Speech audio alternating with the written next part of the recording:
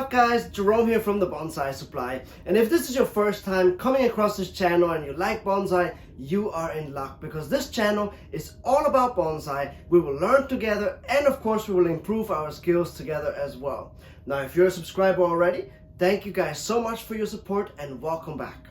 So this week's video is going to be a little bit different because I thought it would be fun that if we were to start to cover species in depth. So for instance, this week's video, I chose a spruce as a species. So we're going to be looking at what are the best types of spruces for bonsai, what is the placement for a spruce, where does it grow best, what does it need, how much water does it need, what kind of fertilizer does it need, what time of the year should it be repotted, and when should it be worked on. And so these are some of the things that we're going to be covering in this video today. So without further ado, let's dive right into it. So spruce trees are evergreen conifers, which are mostly found in the northern hemisphere where it is very, very cold. And they live in a hardiness zone 3 all the way to a 7. Now I might be pushing it a little bit because I actually live in a hardiness zone 8. But as you can see, my Alberta spruce is doing just fine here. So these spruces are actually part of a genus of 35 species in the pine family, and they can be very easily identified by their four-sided needles, but also their cones hang upside down after they have been pollinated. Now furthermore, it is very easy to identify a spruce because a spruce grows in very, very high elevations where it is very cold, but also they are usually slender, very tall, and they are either bushy if they are younger, or they look like a literati that's kind of like peeking out on the side of a mountain. So it is fairly easily to identify one of these guys. So spruces generally grow up to be around 80 feet tall. Their life span is around 600 to 800 years old. However, fun fact is that in Sweden, scientists have found a Norwegian spruce which they believe is around 9,550 years old, which is believed to be one of the very oldest trees in the world that is still alive today. Now another fun fact about spruces is that the Christmas tree at the Rockefeller Center in New York is actually a spruce as well. Now first let's address the elephant in the room. A spruce tree is not a tree that grows very quickly. It is a tree that grows very, very slow and has to be trained as such. Now, if you want to take a tree of this size and turn it into a tree of this size, the only way to really do that is by putting this tree into the ground for many, many years and make sure that this tree accumulates as much growth as possible, because the more growth it has, the easier it can grow up and thicken up to be a larger tree. So this tree, for instance, was grown in the ground and then was dug up, and we actually made a video about this. I found this tree on sale for like $45 last year after Christmas at a big box store, and then I gave it its very first styling. So this tree has only been a bonsai for just 1 year, and I brought it from looking something like this, very bushy, and I turned it into something like this. Another way to find a very thick and more interesting, maybe gnarly spruce trunk would be in the mountains. So if you had access to collect the tree like a yamadori from the mountains, that of course would be the very best thing to go about.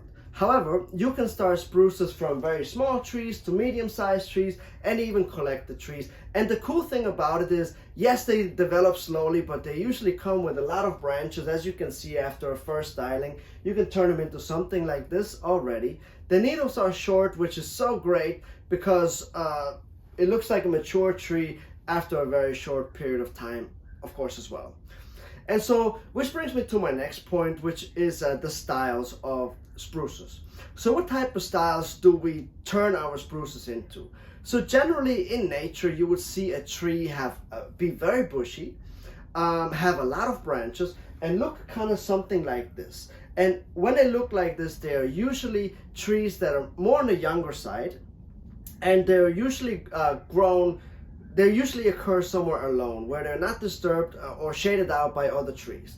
So usually if you see one tree in the mountain by itself and it's a younger tree, it will look something between this one and that one. And that was kind of my idea, what I went for with this tree. I wanted to make it look like a tree that's kind of in transition between a tree that's young like this to a more older, more established tree.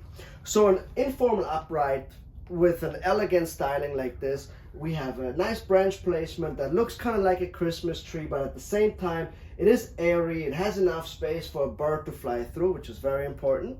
So that's a very good style to use for bonsai with spruces. Another good style would be a literati. Actually, that's more like the, if you want to style a tree to look like a very mature and old tree, you would want to go something like a literati, which occurs a lot in the mountain by Mother Nature, by strong weather, or by trees outliving other trees. So when they are shaded out, spruces like that, they tend to lose the lower branches. And then once the trees around this tree would start to die off, and this is the only tree left, it would look like a literati style. Now, of course, you can also turn this into a forest or like a clump style. So that's very acceptable as well. Now next we're going to talk about the placement. Alberta spruces, as I mentioned, they grow in high elevations where it is very cold and they can take a beating. So they like to be grown outdoors in full sun.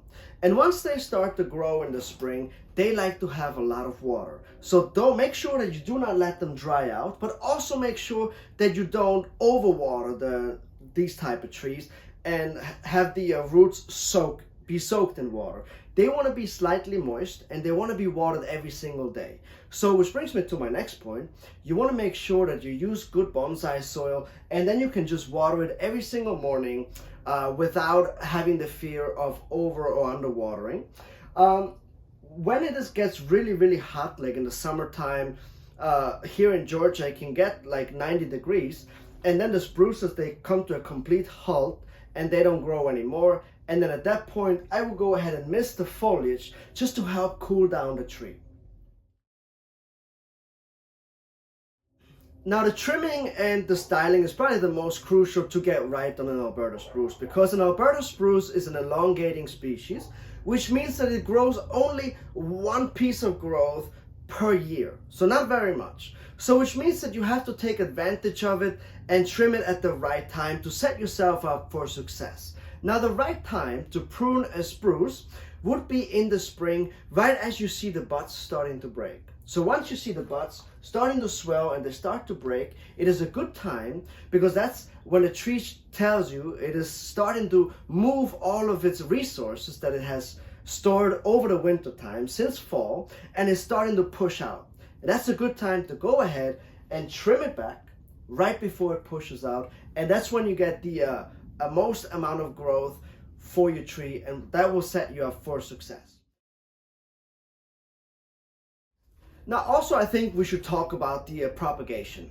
So spruces can be air layered, so you can definitely propagate them by air layering or by taking very small cuttings. However, I have found that the most successful way is to actually harvest the seeds and then sow the seeds, so propagate them by seeds. I find that this is the most successful method of propagating a spruce.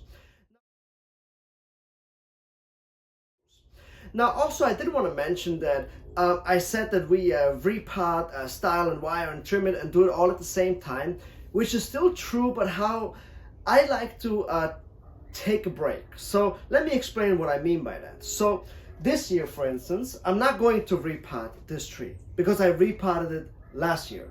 So this year in spring, what I'm going to do a bud break, I'm going to trim it, I'm going to adjust some more branches, I'm going to wire it a little bit more, and then I'm going to go ahead and fertilize it. But I'm not going to repot it. Now, in about 3 years from now, when it is time to repot this tree, because you would want to repot a spruce when they come to, when they start to look a little bit more mature like this one, and they start to like go into like the really deep bonsai training of ramification, that's when you want to repot a lot less. So I would repot this year every 3 to maybe 5 years. And so when I'm going to repot this tree, I'm actually not going to trim the tree back. So when the time comes and I see the buds start to break, instead of trimming it back, I will just let it push out all of its growth, but then go ahead and repot it. So that's something that I like to do with species like this that grow slower. I like to take a year off of trimming when I repot them, and I do think that that's very important.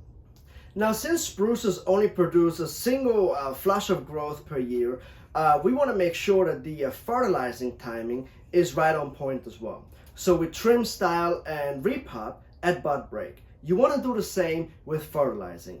And for fertilizing, for pines, such as the spruce, you want to make sure that you use a low dosage organic fertilizer. If you use a chemical fertilizer that has high nitrogen, the needles will elongate and it will set you back. So you want to make sure that you use an organic fertilizer, such as this one, which is actually our newest product, which is our new organic fertilizer, which is coming out this spring. So I'm happy to announce it in this video that we have finally an organic fertilizer. We've been working on this one for the last 3 to 4 years, and we finally put it together, and it is coming out this spring. And of course, we'll let you know when it comes out exactly. So you would want to go ahead and, like I said, fertilize at bud break, and then you can continue to fertilize throughout the season, but that first fertilizing application is crucial that it is done right above break.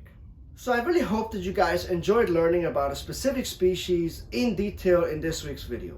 If you have any more questions, comments, or maybe I forgot to mention something, or maybe you even have a suggestion of a species I should cover next time around when we do this same species video again in February, please comment down below in the comment section and let me know. Thank you guys so much for watching. Please subscribe to our YouTube channel and like this video, and I'll catch you guys next time.